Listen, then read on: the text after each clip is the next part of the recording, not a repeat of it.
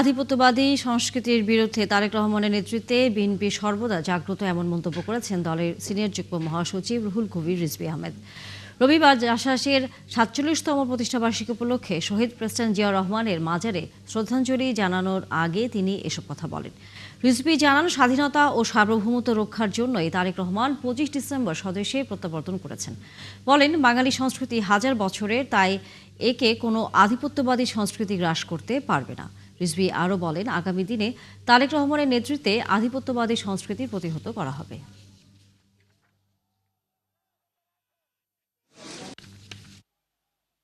আমাদের স্বাধীনতা সার্বভৌমত্ব রক্ষার্থে আধিপত্যবাদের যে থাবা যে বক্তব্যটি দিয়েছেন বিএনপির ভারপ্রাপ্ত চেয়ারম্যান যেদিন দেশে এসেছেন সেই দিন ২৫শে ডিসেম্বর, এই থাবা প্রতিহত করা, এই থাবার বিরুদ্ধে পাল্টা জাতীয় সংস্কৃতি গড়ে তোলে এবং যেটি আন্তর্জাতিকভাবে অভিনন্দিত হবে।